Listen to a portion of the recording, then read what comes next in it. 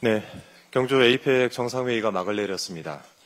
대한민국은 이번 에이펙의 의장국으로서 아시아 태평양의 정상들을 환대했고 또 경주는 연결과 혁신, 번영이라는 3대 가치를 발신하는 역사적인 장이 되었습니다. 미국과는 동맹을 더욱 굳건히 하면서 양국의 동반 성장을 위한 경제 협력을 더욱 강화하는 성과를 얻었습니다. 중국과는 민생과 경제 분야에서 상호 협력을 진전시키고 실리를 꼼꼼히 지키는 등 첫 상견례를 잘 마친 것 같습니다. 자, 이번 에이펙의 성공은 국민 여러분의 힘과 뜻이 한데 모아졌기 때문에 가능했던 일이라고 생각을 합니다. 그 와중에 국민의힘은 협조는커녕 헐뜯기에 매우 바쁜 모양입니다. 칭찬할 거라 기대는 안 했지만 헐뜯더라도 본인들이 무슨 말을 했는지 이 메시지를 정리하면서 헐뜯어야 할 텐데 그러하지 못해 보입니다. 미국과 관세 협상 관련해서는 관세율 15%를 지키지 못한다면 잘못된 협상이다라고 압박을 하더니 상호 관세율이 진짜 15%로 결정되자 돌연 13%까지 낮췄어야 했다라고 논평을 합니다. 진짜로 해내니까 많이 놀라셨죠? 윤석열만 봐왔던 여러분을 저는 이해합니다. 특히 한중 정상회담이 빈술의 회담이라고 억지로 평가절하하면서 중국을 자극했다라고 지적을 했습니다. 놀랍습니다. 대놓고 협중 노선을 타왔던 국민의힘 입장이라면 차라리 환영을 해야 되는 것 아닌가요? 국민의힘이 한중 양국의 관계가 회복되는 것을 원치 않을 줄 알았는데 되려 중국의 역성을 들어서 이번엔 제가 좀 놀랐습니다. 중국을 자극해서 양국 간 관계를 경색시키는 것은 내란 속의 윤석열과 국민의힘 그리고 극우 세력이었다는 점 분명히 해둡니다. 가장 상징적인 사건이 지난해 11월 한중 정상회담이었죠. 불과 29분에 그친 회담에서 나눈 이야기는 고작 양국 갈등 완화에 대한 것 아니겠습니까?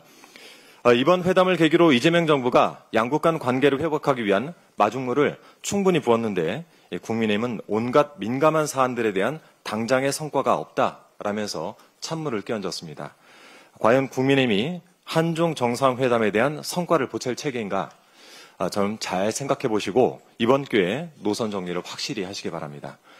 우리나라의 GPU 26만 장을 우선 공급하겠다라는 낭보를 발표한 엔비디아는 기적이 계속되는 한국이라고 극찬을 하면서 협력의 뜻을 전해왔습니다.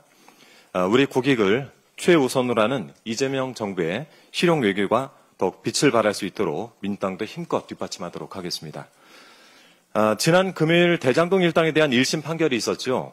이날 법정에선 5명 모두 실형을 선고받고 법정 구속되었습니다. 이 과정에서 법원은 이재명 당시 성남시장과 대장동 일당이 전혀 무관하다는 점을 공식적으로 확인해 주었습니다. 당시 성남시장은 유동규 정지상 등과 민간업자의 유착관계가 어느 정도 형성됐는지 모르는 상황이었다라고 인정을 한 것입니다. 이재명 대통령에 대해서 업무상 배임 혐의를 묻는다는 것 자체가 어불성설이 된 상황이 됐죠. 이 판결이 나오자마자 국민의힘은 대통령에 대한 재판을 재개하라면서 또 억지를 부리고 있습니다. 일각에서는 민주당 주장대로라면 어차피 무죄일 텐데 재판을 받아서 무죄를 입증하라라고 하더군요. 좀 어이가 없습니다. 우리 국민의힘 의원들도 의혹 제기되는 모든 사안에 대해서 이렇게 좀 대응을 했으면 좋겠습니다. 어차피 무죄들 주장하고 계시니까 법원에 가서 재판받고 무죄를 입증해 보시기 바랍니다. 12.3 비상계엄을 일으킨 지 어느덧 11개월이 되었습니다. 지금도 국민의힘은 비상계엄을 일으킨 윤석열을 옹호하고 있고 사과 한마디 하지 않고 있습니다. 어떻게 책임을 질 겁니까? 창피하고 부끄러움도 없는 이 정당의 미래는 없습니다. 법원은 이미 헌법 제84조를 적용해서 공판기일을 추후 지정하겠다라고 입장을 밝힌 바 있습니다. 그런데도 국민의힘이 헌법을 거슬러 가면서라도 재판을 하라고 아우성치는 이유는 부끄러움을 모르는 정당이 이제 대통령과 정부 발목 잡는 것 이외에는 할 수 있는 것이 없다라는 것을 반증하는 것 아니겠습니까? 대통령을 잡고 국정도 발목 잡겠다. 즉 국가고 국민이고 모르겠고 함께 망가지자. 이것이 국민의힘의 전략이 아닌가 싶습니다. 정신들 차리십시오. 여러분의 심판의 날은 다가오고 있습니다. 이상입니다.